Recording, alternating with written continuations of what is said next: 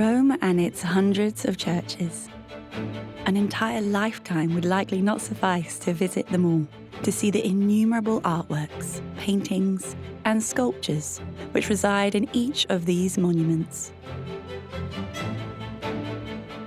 Today, we are headed to see the major monuments built in the northeastern area of the Italian capital's city centre, a rather poor area in ancient times that has since been progressively taken over by large aristocratic and imperial residencies.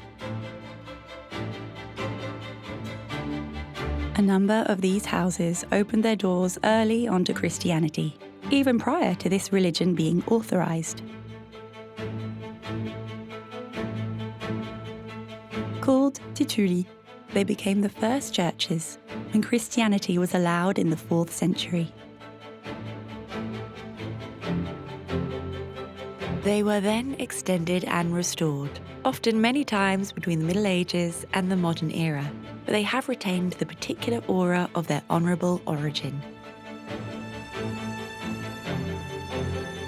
While many legends are told about their construction and the saints to whom they are dedicated, the styles of their architecture, their painted decorations and mosaics, their statues and relics are intertwined, creating a unique sense of harmony in each monument, like an outdoor history book.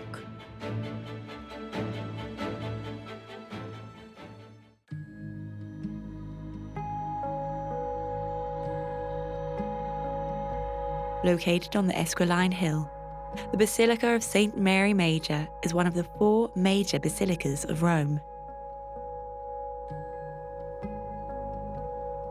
It therefore has a status of extraterritoriality, since it belongs to the Vatican and not to Italy. In front of the facade stands a Corinthian column beside a fountain. At its peak, it carries a statue of the Virgin with Child turned towards the basilica. It is the oldest Roman church dedicated to the Virgin Mary, and it has preserved a number of very old elements, including the medieval bell tower.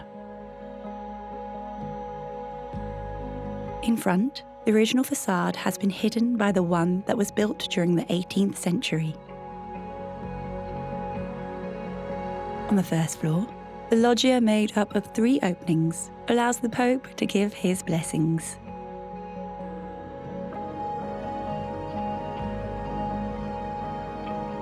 The Chevet of St. Mary Major on the east side reveals how wide this church is. The central part is marked by an apse that corresponds to the choir's apse indoors. The entire wall was redone in the 17th century by the architect Carlo Rainaldi, who managed to preserve the interior architecture and decoration. On either side, the domes that top imposing chapels were added in the early 17th century.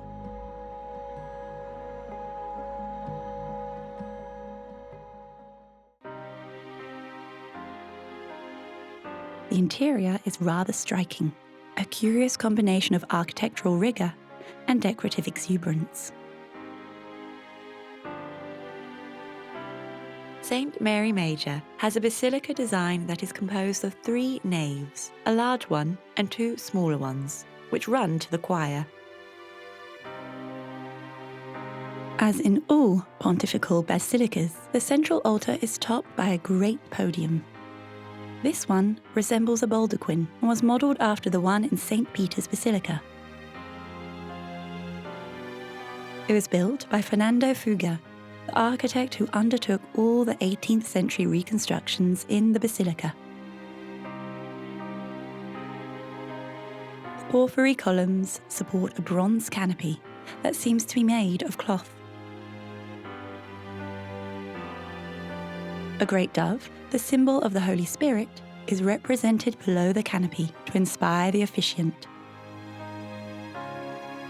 The choir, containing the stools of the canons, surrounds the pontifical throne in the back of the apse. One of the great artworks of the Basilica is found in the apse. It is a mosaic created in 1295 by the first great Roman artist whose name is known, Jacopo Toretti.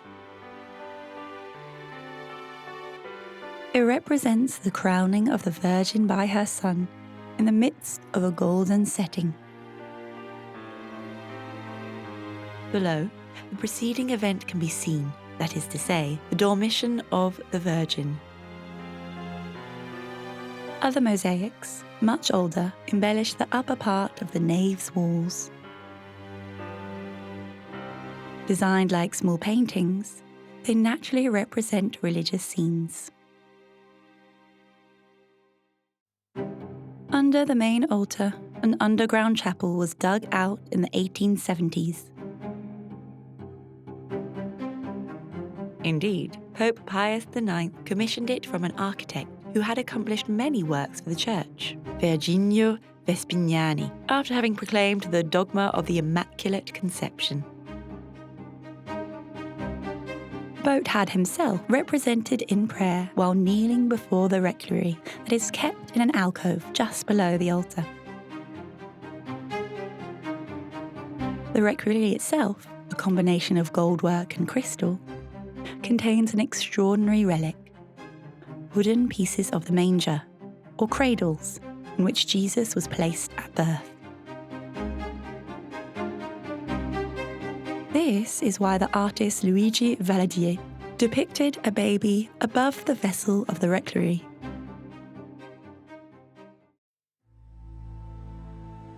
The architecture of the nave is quite simple.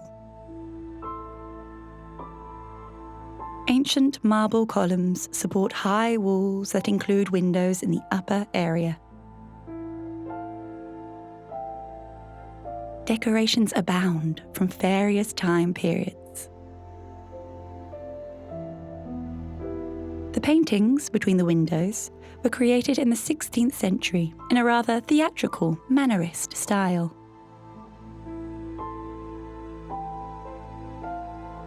Below, the banner displays the great treasures of this basilica, very old mosaics dating back to the 5th century from the time of the original basilica.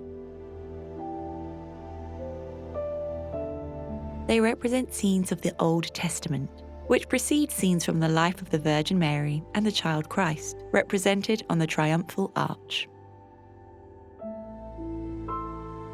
There are many episodes from the life and death of the Virgin Mary, since the basilica is dedicated to her.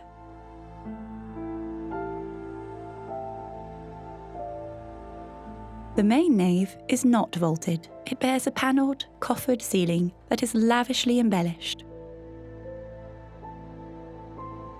The whole ensemble generates a warm atmosphere.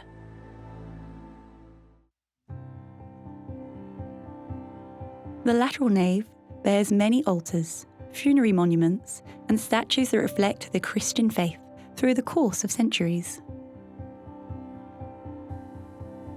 They are not chapels, properly speaking, but they enable the church to hold the many services requested by worshippers.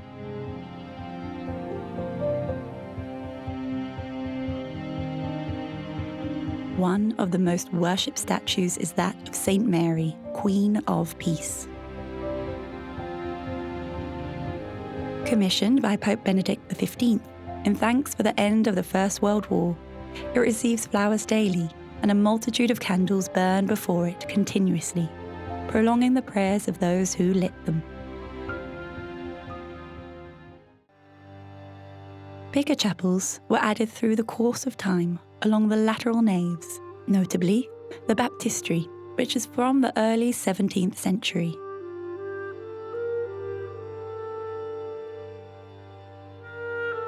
The Great Reticule, which represents the Assumption of the Virgin, was sculpted by Pietro Bernini, the father of the great Baroque architect and sculptor. A statue of St. John the Baptist stands atop the lid of the baptismal vessel, for he is traditionally associated with the sacrament. The ceiling's decorations are characteristic of the early 17th century. A series of stuccos, some of them gilded, create imposing frames as they follow the ridges of the vaults to painted religious scenes.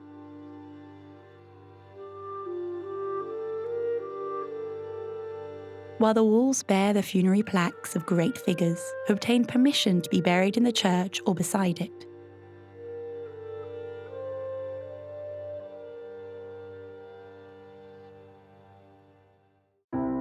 The Basilica also contains two exceptional chapels, built in the late 16th and early 17th century by two popes who sought a prestigious place to bury their family members. The Pauline Chapel was built by the architect Firmino Ponzio for Pope Paul V Borghese between 1605 and 1616. It has a Greek cross plan with 4 equal arms. This is also called a centered plan. One of the most interesting relics depicts a famous event tied to the basilica. Indeed, Pope Liberius had a vision of the Virgin in 358 AD, asking him to build a basilica in her honour. Snow is said to have fallen on the Esquiline Hill in the middle of August, and the Pope then traced the plan of the future basilica in the snow. This is why this church is often called the Liberian Basilica. The chapel displays a variety of embellishments, combining sculptures and paintings. It also presents an icon of the Virgin with Child, which had been very well known in Rome for centuries and was a great object of worship for the Romans. It is called Salus Populi Romani, which means health of the Roman people, for it is believed to have prevented the plague from entering the city. Of Byzantine origin, it is a very old painting that dates back to the 11th or 12th century.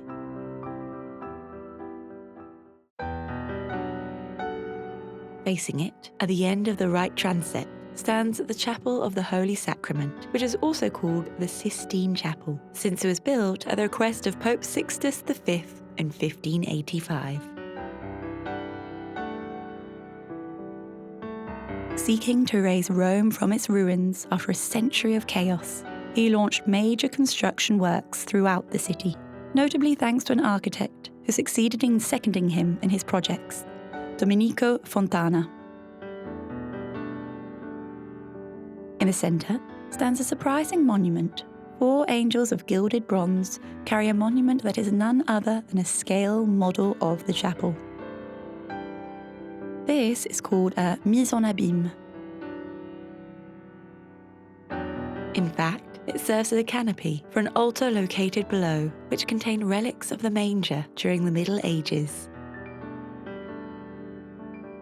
All the decorations were created by a team of painters, led by Cesare Nebbia, who drew all the paintings, and Giovanni Guerra, who supervised their creation.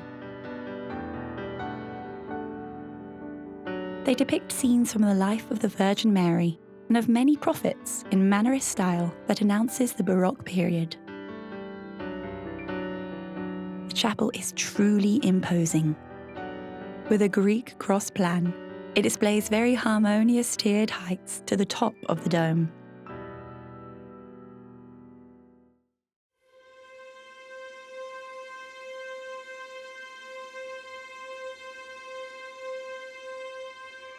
Not far from St. Mary Major stands another artistic treasure of Rome, the Basilica Santa Prassede, dedicated to Saint Prassede, who lived in the 2nd century and lent her house and the grounds where she lived to welcome the first Christians.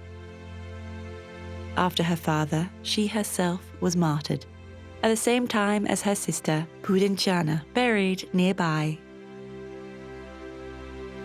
Many years later, in the 8th century, a church was built on the remains of the Roman house, which was redesigned by Pope Paschal I in 817. Most of the mosaic decorations that are still in place in the apse date back to this period, as do the artworks in the apse and the triumphal arch separating the nave from the choir. These works are 1,200 years old. Later, there were many refurbishings of the church's decorations and furnishings. The choir, the ciborium, the great altar, the painting in the apse and the stalls are all from the 18th century. The ciborium in particular shields the mosaics.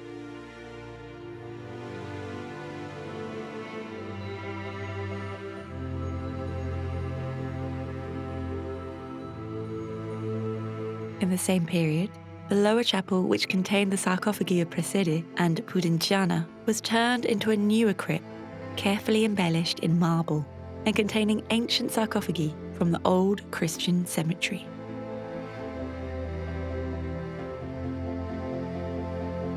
In the back is a very old fresco representing the two martyred sisters around the Virgin, painted like a Byzantine empress.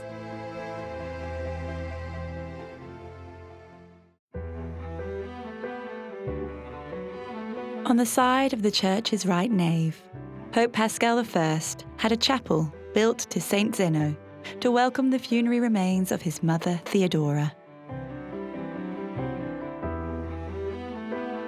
It represents a unique Roman artifact of a Byzantine-style mosaic. Even the retable above the altar was created using this technique.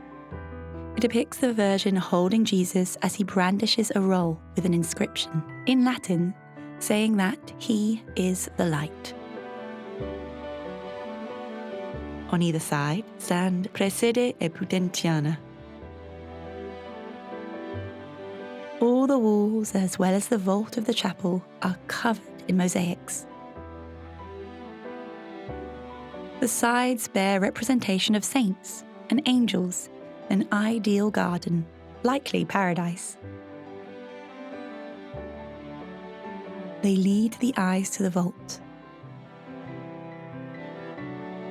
There, 4 angels in prayer, fictitiously resting on real columns that were added to emphasize the illusion, support a blue sky in which stands Christ, Pantocrator, symbolic of Byzantine art. He is represented in all his glory, not in suffering.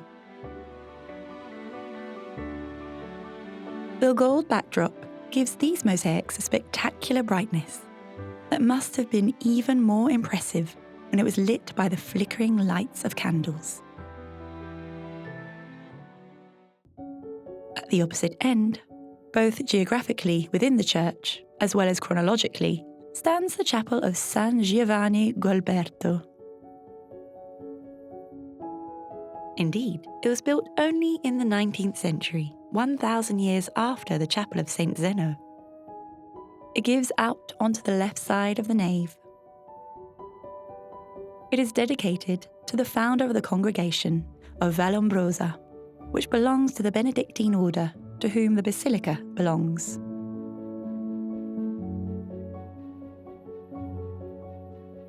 In a beautiful continuation of technique and art, it was decided in 1933 to completely renovate the decorations of this chapel by using the art of mosaics.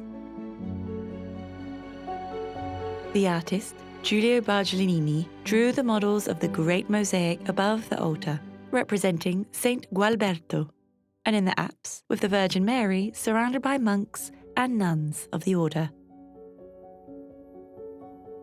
He accomplished a perfect transition between modernity and tradition. The nave is very luminous, thanks to the 8 windows located in the upper area, in the high walls above the columns.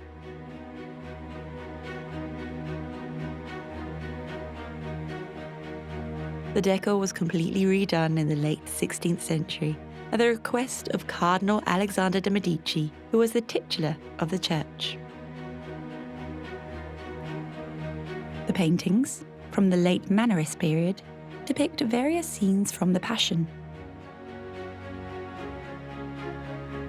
Basilica of Santa Prassede is one of the titular churches of cardinals. Upon their nomination, cardinals are assigned a titular church from the Diocese of Rome or a nearby diocese, which they maintain for life. It is a very ancient tradition that dates back to the period when the Pope, essentially the Bishop of Rome, named cardinals to help him in his task. He would assign them a title, a name that was given to a place of Christian worship during Roman times. The Cesi Chapel is from the same late Mannerist period. It was commissioned by Baron Federico Cesi in 1595.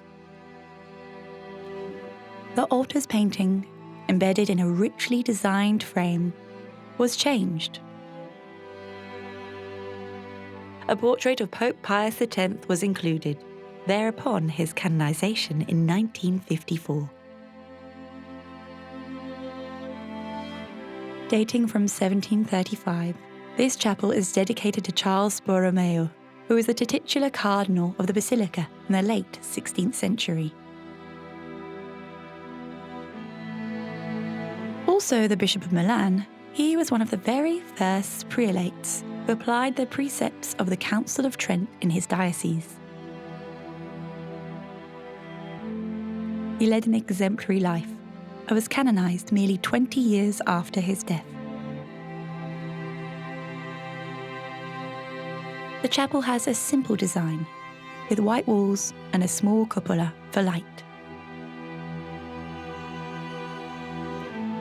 All statues are seen in alcoves, representing the cardinal virtues.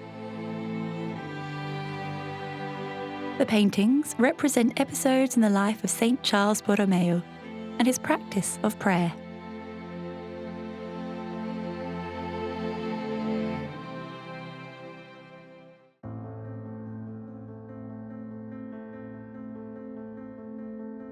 Nearby stands the church dedicated to Saint Pudenziana.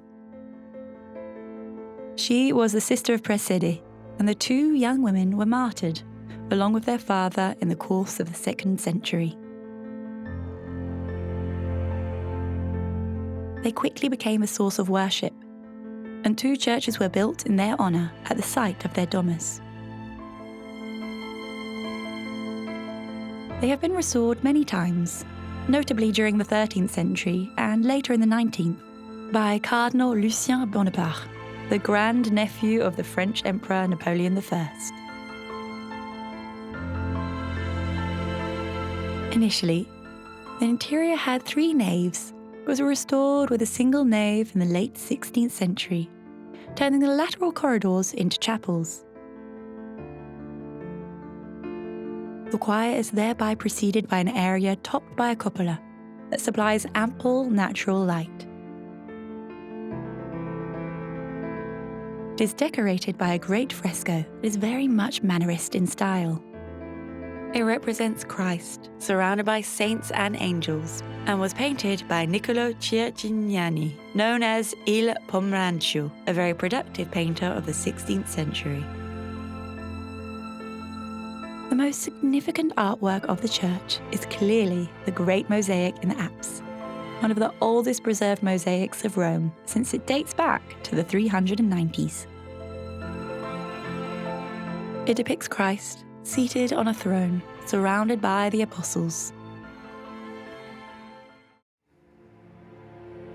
The walls of the choir were completely redecorated in the early 19th century. The painter, Bernardino Nocchi, represented the glory of Saint Pudenziana with 2 saints, Timothy and Novatus, in a style that is rather similar to Mannerism.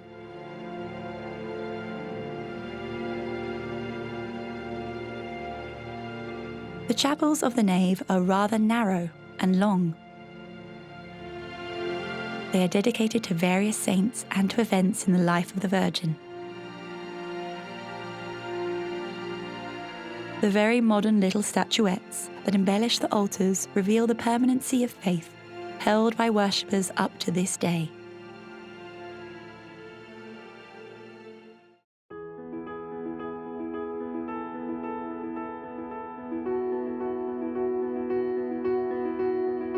In the same neighbourhood, visitors flock to the great Basilica of St. Peter in chains. Built in the 5th century, a porch and a magnificent gate were added during restoration works in the late 15th century. The very spacious interior is divided into 3 naves by columns, taken from ancient monuments. The church is renowned for its magnificent artworks that are as important from a religious point of view as from an artistic point of view. The choir was completely redecorated in the 16th century by Jacopo Coppi, a Florentine painter who, after having been the assistant of Vasari, became one of the greatest promoters of Mannerism in Rome.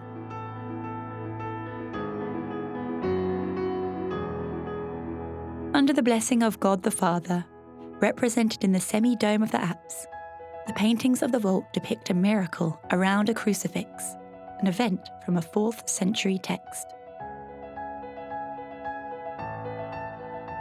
A crucifix that had endured the same torture inflicted by Jews in Beirut began to bleed as if it were Christ himself.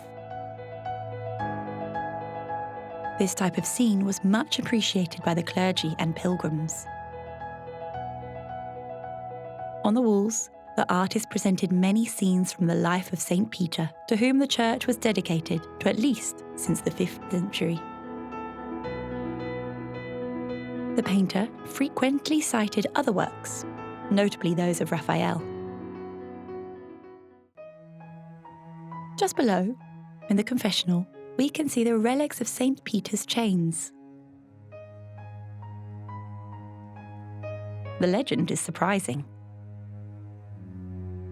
In the 440s, the Empress Liciniia Eudoxia is said to have received from her mother the chains which had bound St. Peter upon his arrest in Jerusalem.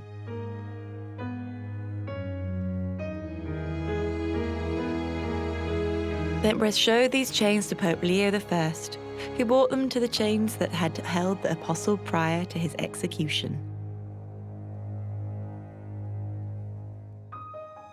The 2 chains then merged to form a single chain.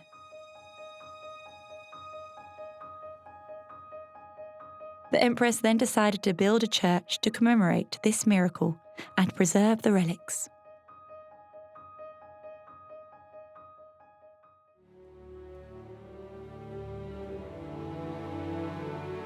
On either side of the choir, 2 apse chapels contain additional altars and artworks from various periods. The organ, for its part, is from the 17th century and its casework is typically Baroque. Restored many times, it is highly renowned for its acoustics.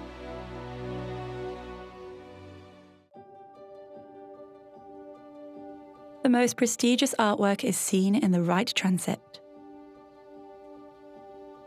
This is where the tomb of Pope Julius II is held. It was created by Michelangelo. Having had to reduce the size of his project, today there only remains is this extraordinary statue of Moses, surrounded by allegorical figures and a statue of Julius II lying down, barely clad.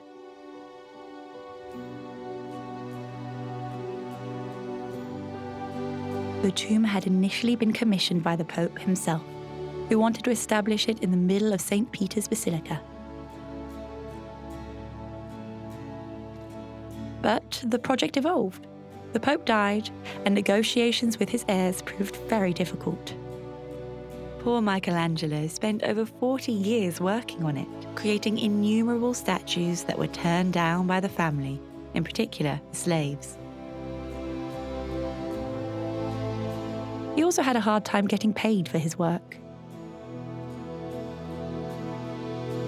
The ensemble therefore does not correspond to the initial projects of the Pope and the sculptor. This tomb remains nonetheless one of the highlights of any trip to Rome. Funerary monuments and altars are alternated in the lateral naves.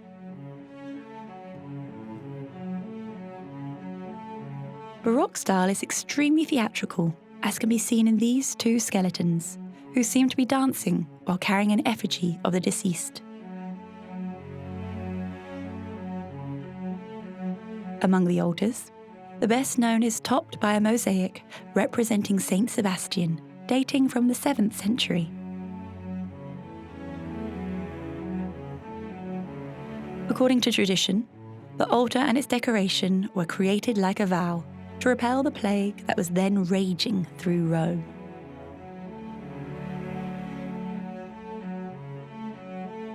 The cenotaphs seen in the church are those of the titular cardinals of St. Peter's Chains, such as Cardinal Cinzio Aldobrandini, a great patron who had a spectacular tomb constructed.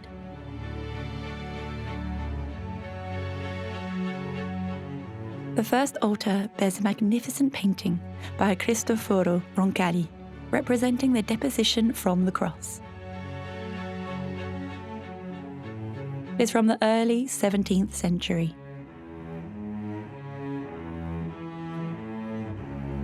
Give honour where honour is due.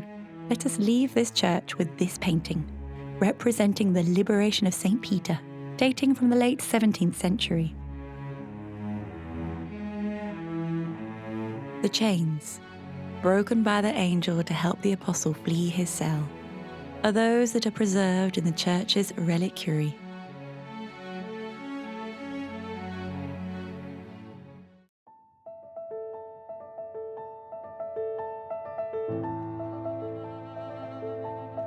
A few dozen metres from the great train station of Rome, the Stazione Termini, and its underworld, stands the great church of St. Mary of the Angels and of the Martyrs.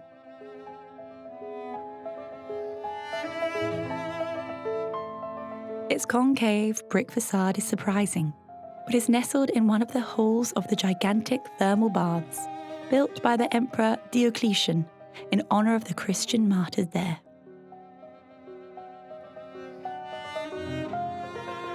The church was furnished in the 16th century by Michelangelo, to whom the Pope had entrusted the works.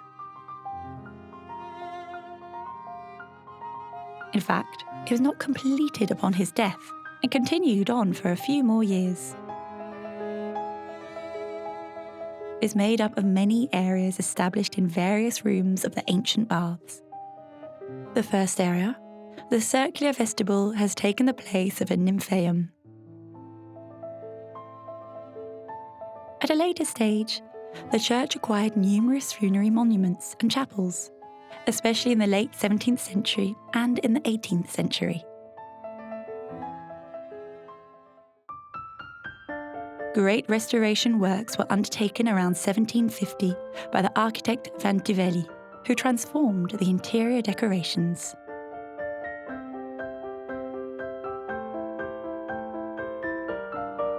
He turned the choir into a polygonal apse and had it richly decorated.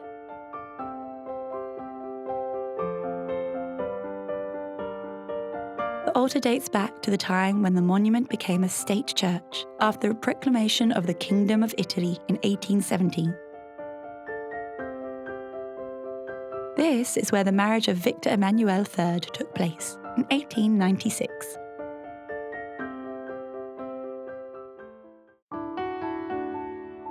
Requested by Pope Clement IX, the Basilica also contains an essential element, the meridian line, which measures time thanks to the sun.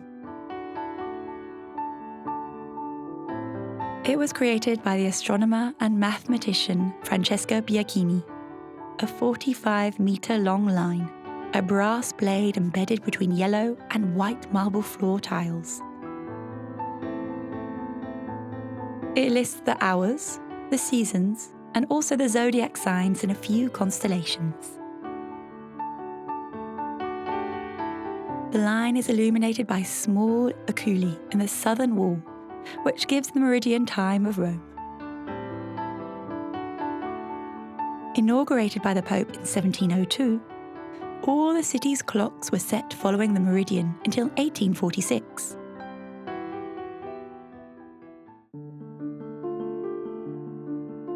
Giving out onto the transept that corresponds to the former frigidarium, the chapel of St. Bruno dates back to the late 17th century.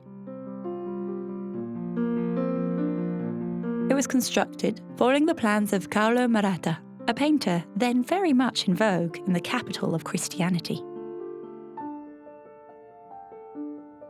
The architectural whole is in fact exclusively done in trompe-l'œil and frames artworks depicting scenes from the life of St. Bruno, the founder of the Carthusian order.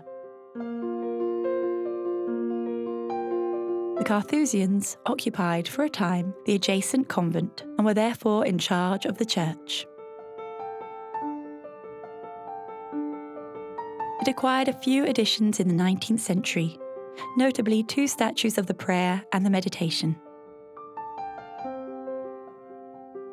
The sculptures in light colours are like very lively paintings and create the feel of a joyful and luxurious religion typical of Baroque art.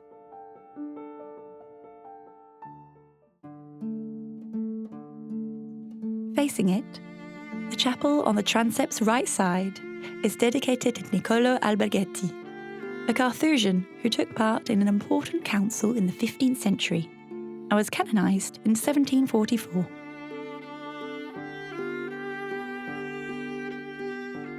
That is why the chapel was constructed only in 1746, nearly as a copy of St. Bruno's. The style of the paintings, however, is very different and announces neoclassicism.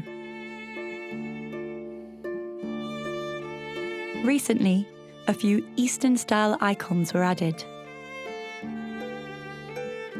They are approachable by Orthodox followers, who may kiss them in accordance with their rituals.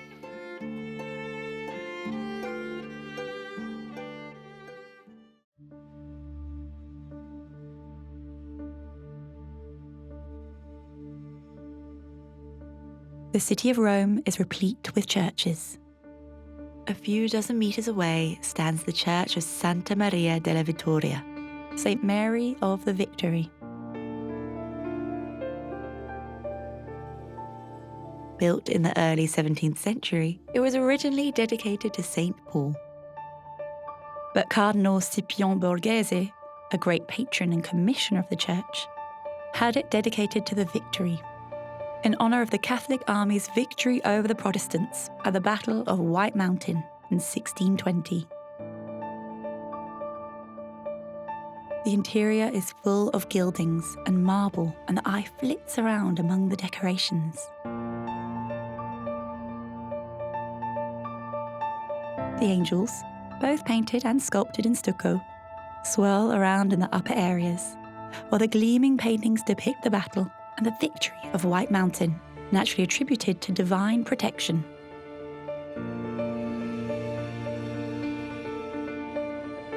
The great fresco overlooking the nave represents the triumph of the Virgin Mary over the heretics. It was created by Gian Domenico Cerini, in a style that combines the influence of classicism in the illustration of the figures and in the organisation of the composition, with the Baroque style, seen in its luminosity and the use of stuccoed flying angels that seem attached to the frame. The organ on the counter-facade wall seems to take part in the general composition.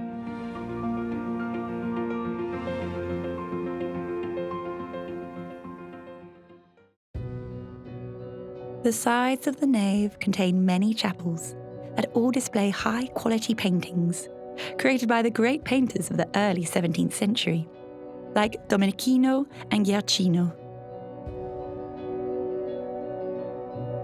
They created the classic style, very much in vogue in Rome, before it evolved to the Baroque. In these retibles, Dedicated to St. Andrew and the Trinity, they successfully combined monumentality and expressiveness, in line with the requirements of the Counter-Reformation.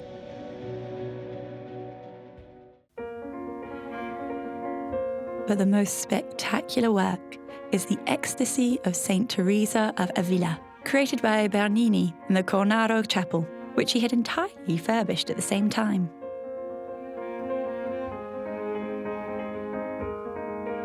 In the back of the chapel, the young saint who founded the Order of the Carmelites is struck in the heart by an arrow shot by a beautiful angel. The folds of the angels, and especially the saint's clothing, adds to the feeling of rapture that emanates from this sculpture. A bit later, Domenico Guidi sculpted the Dream of Saint Joseph. Clearly, he was heavily influenced by the work of Bernini.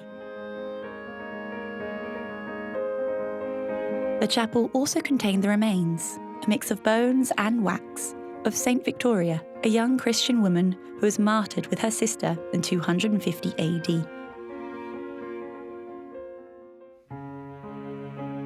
The other chapels present works from different periods. Some of them date back to the 17th century, the period of construction of the church.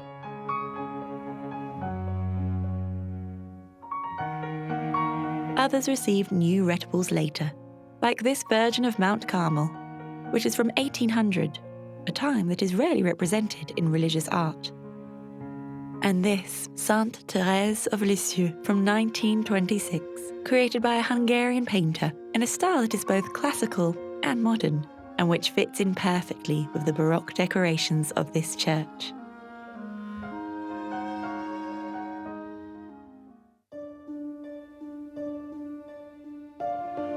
A primary square in the centre of Rome, lined with streets of luxury shops, the Spanish Square attracts many tourists. Large, spacious and spectacular, with a monumental staircase that leads to the Trinity of the Mounts at the top. It is extended on its right side by Mignonelli Square.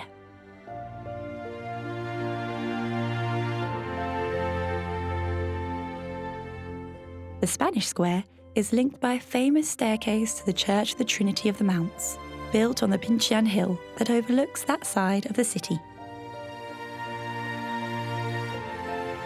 Made of marble, the staircase is composed of 3 levels that each form platforms.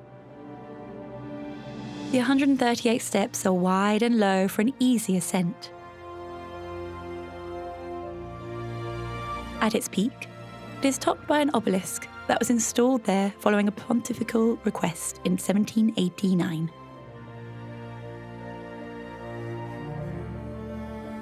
From the upper platform, a superb view awaits. Some churches can be seen in the distance, while tree-lined terraces flank the staircase.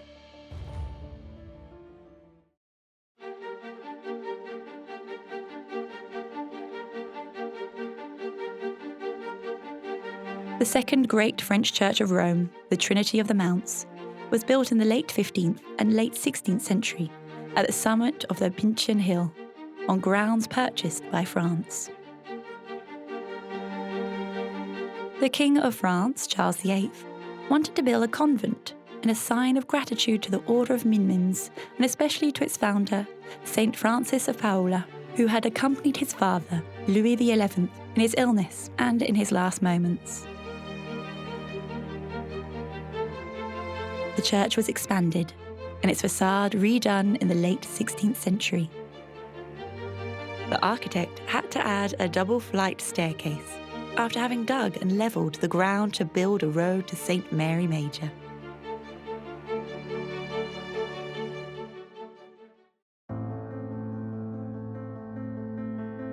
The interior design is very simple. It is composed of a single nave with numerous chapels. The church is very luminous, thanks to the open windows in the upper part of the walls, and the eyes are immediately drawn to the choir and the main altar, constructed in the 17th century in Baroque style. The first part of the nave is reserved for the nuns who maintain the church and the convent beside it. Most of the chapels were adorned in the second half of the 16th century, and they constitute a true museum of Mannerist art. The first chapel that we will visit is the Borghese Chapel. It was built in 1570 as the family's funerary chapel. The great relief on the altar is a plaster moulding of the Pietro from the Cathedral of Münster, Germany, created in 1860. The moulding was given to the Roman Church by its creator. It is now the only remaining trace of this sculpture, since the original was destroyed at the end of the Second World War.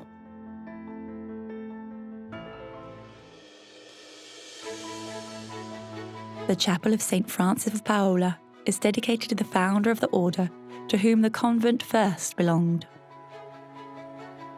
All of its embellishments have since disappeared, but the image of the saint on the altar has been retained. It was painted by a nun on wooden panels that are said to have been from the bed of St. Francis of Paola. The Bonfil Chapel contains one of the great treasures of the Trinity Church. A magnificent deposition painted around 1545 by Daniele de Volterra, an associate and follower of Michelangelo, that is considered as one of the key works of Mannerism. This word comes from maniera, or style in Italian, and refers to the sophisticated effects 16th century painters created in the attitudes, proportions, drawings, and colours of their works. They sought to distinguish themselves, all the while integrating the innovations of the great giants of painting, Leonardo da Vinci, Raphael, and Michelangelo. The vault and the walls of the chapel were embellished by the Spanish painter Paolo de Cespedes in the 1570s.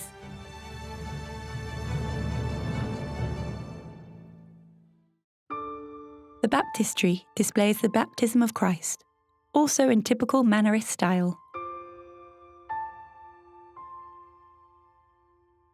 See how the characters are lying down and have small heads, how unnatural the position of their bodies is, and how it bestows a feeling of agitation. The chapel built between 1548 and 1560 for Lucrezia della Rovere, a niece of Pope Julius II, is in a very different style, and yet just as Mannerist. The great scene of the Assumption on the back wall is a remarkable trompe-l'œil. It reveals the strength and power of Daniele de Volterra's style, heavily influenced by Michelangelo and also by Raphael. The frescoes on the vault were likely created by associates after the drawings of Volterra.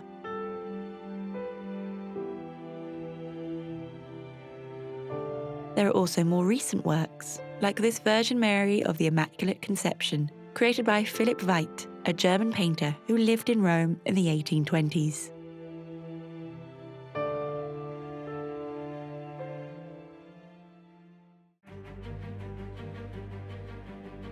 From 4th century mosaics to 20th century paintings, we have breezed through the centuries, moving from antiquity to the Baroque era, only to return to the Middle Ages.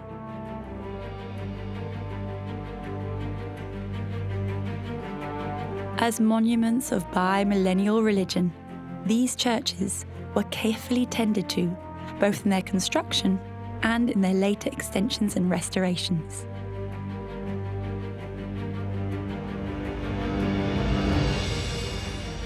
It is not unusual to see 4th century mosaics topped by a 16th century coffered ceiling, or by a great vault painted in typically Baroque illusionist style.